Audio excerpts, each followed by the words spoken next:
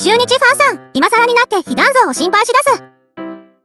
中日の本拠地、バンテリンドームが着々と変わりつつある。今季からはホームランウイングが設置され、2月下旬に完成予定。現在の場内の様子を見たファンからは、バンテリン狭すぎるだろ、めっちゃ楽しみ、被弾も爆増しそうと様々な声が上がっている。本塁打が出にくい球場と言われてきた同球場は、ついにホームランウイングを設置。左中間と右中間のホームからの距離は116メートルから110メートルになり、フェンスも 4.8 メートルから 3.6 メートルに低くなっている。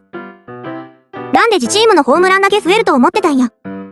今年でチニ高橋が本物かどうかわかるから楽しみや。それくらいの思考じゃなきゃ666でドーム満員にならんのや。中日ってずっと超内弁系チームなんだよね。広いホームで勝率稼いで狭いビジターに行くと負けまくる。そういうチームっていうのは中日ファンが一番よくわかってると思うけどね。中長距離ヒッターに恩恵があるからな。逆にそういう選手がいないとテラス作ってもロッテみたいになる。これが最初からあったら単打育成プログラムなんてしなかったのに。